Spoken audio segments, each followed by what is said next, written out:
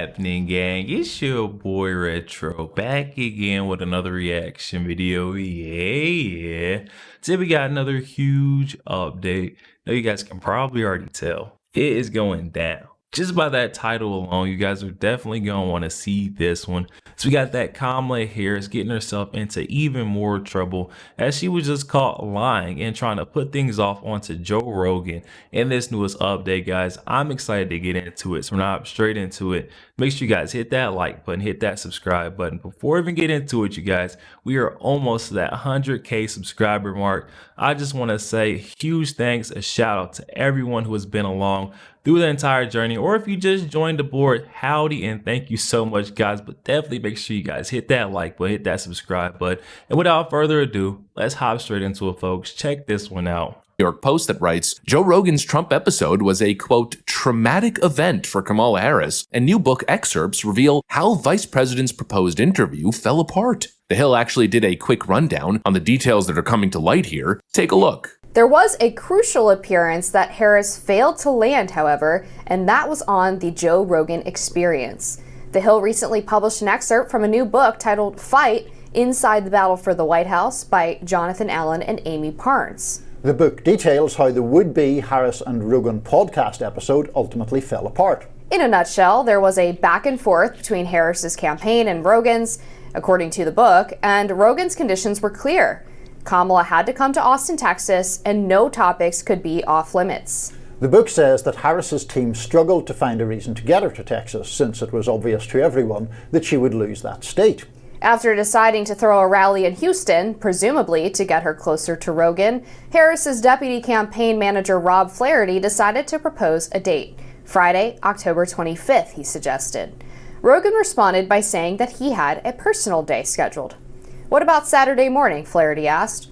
Only if it's before 8:30, Rogan's people responded. Then came the shock. The tone is different, Flaherty thought. The Vice President of the United States is offering to come to your effing show, and you keep putting up more hoops. Harris's team still wanted to make it work, but a new wariness set in. On October 22nd, the book continues, the same day the Harris camp announced the rally, the Associated Press reported that Trump would be Rogan's guest on the Friday, the personal day Rogan had originally reserved. Democratic strategist and former Obama alum John Cooper wrote on Blue Sky, "Wow, there's no way of knowing the extent to which this could have changed the election outcome, but Joe Rogan lied through his effing teeth and Oh my goodness, the narrative that they're trying to run with, they're just showing. They still just don't get it. They're going to continue to lose, exactly how we just seen the turnout of the last election.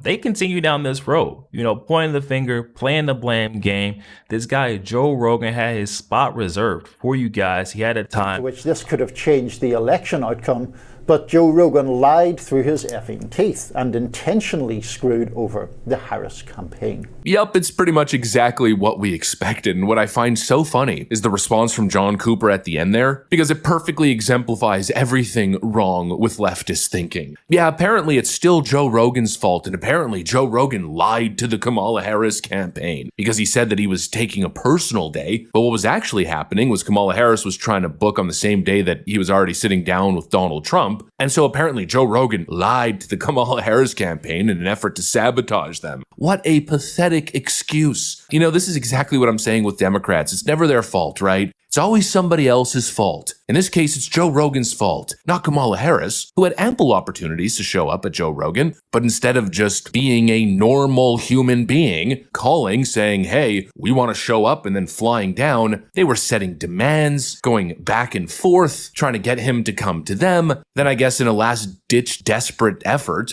they set up a phony rally in Houston. I think what ended up being that fake Beyonce concert that turned into this massive, trashy catastrophe. And it just so happened that when they scheduled that, Joe Rogan was already planning to sit down with Donald Trump. And instead of telling them that, he just said it was a personal day. And supposedly, that's what's to blame, right? That's what happened. It wasn't Kamala's fault, it was Joe Rogan's. I mean, really? What in the delusional crap is that? As if Joe Rogan... And that's what I'm saying, guys. That's the part you cannot make about these lunatics on the left. They're going to go and say John Cooper tweeting out saying this, could have changed the outcome of the 2024 elections. Like, let's be real with ourselves.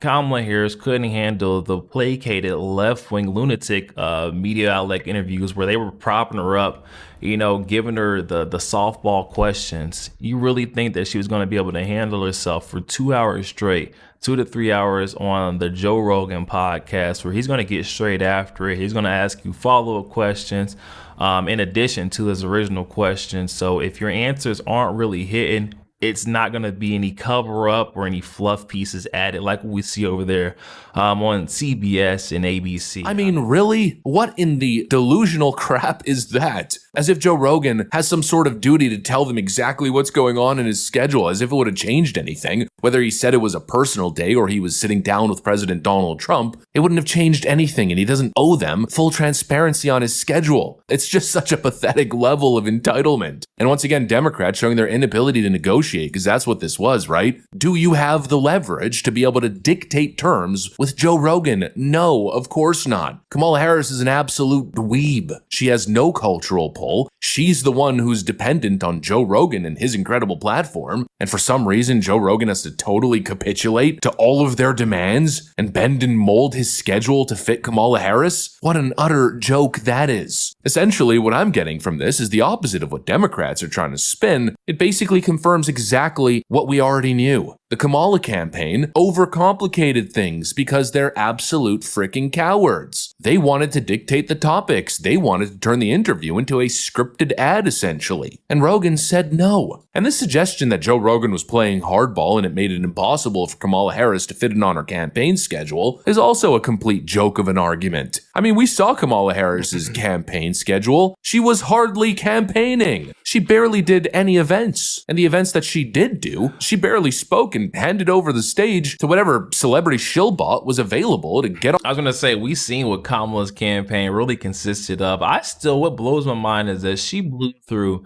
2.3, almost 2.5 billion with a B, $billion in less than 100 and some odd days. You know, it was what, 103 days?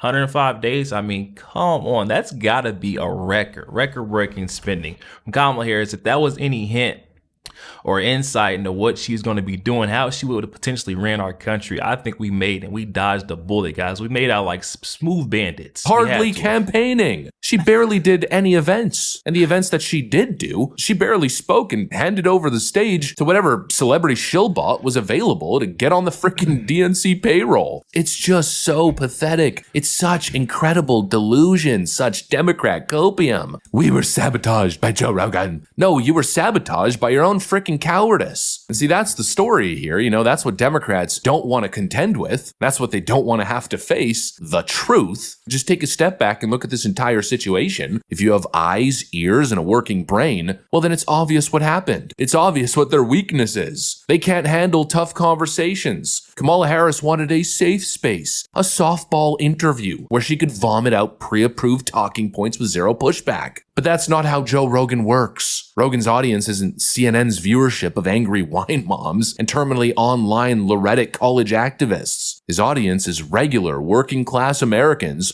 people who have no interest in the phony world of the mainstream media. No, it's an audience that just want authentic conversations. And obviously, Democrats can't deliver there. So weak and so pathetic. And what's especially weak and pathetic is how they're responding to it, describing the Joe Rogan miss as a traumatic experience. What is wrong with these people? Just freaking show up. Yo, there we have it, guys. That one coming from our friend Liberal Hive Mind. Definitely be sure to leave that original video link down in the description box below. Those who want to go over there, check that entire thing out. Also, guys, to go over there and show our friend Liberal Hive Mind tons of love and support. He's a great guy. Oh my goodness, guys. We've seen Kamala Harris losing, going out in the most embarrassing fashion, but somehow the mass media is still behind her. It almost seems like they're campaigning for her.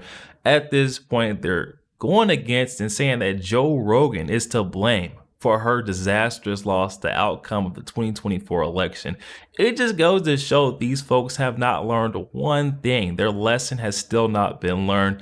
They're ready for more and more L's to come. You know, we seen what Kamala did out there on that campaign trail.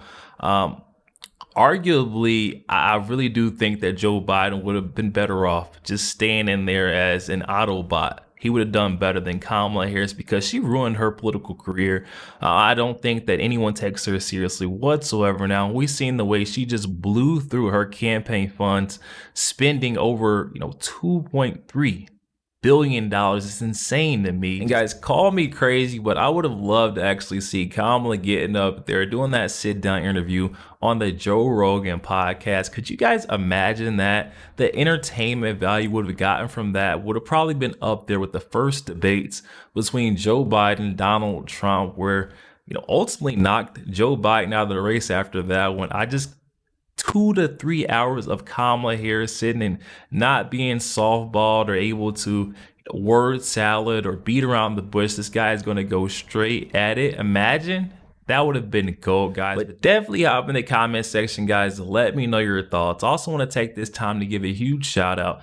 Thanks to all the folks that made it this far in the video, guys. It truly goes a long way. You guys don't even know. Getting the message out there, the truth to more and more folks each and every day. So thank you for staying and watching the whole thing, guys. Definitely let me know what you're thinking down in the comment section below. Also, make sure you guys hit that like button and hit that subscribe button. If you did enjoy more content like this, catch you guys on the next one. We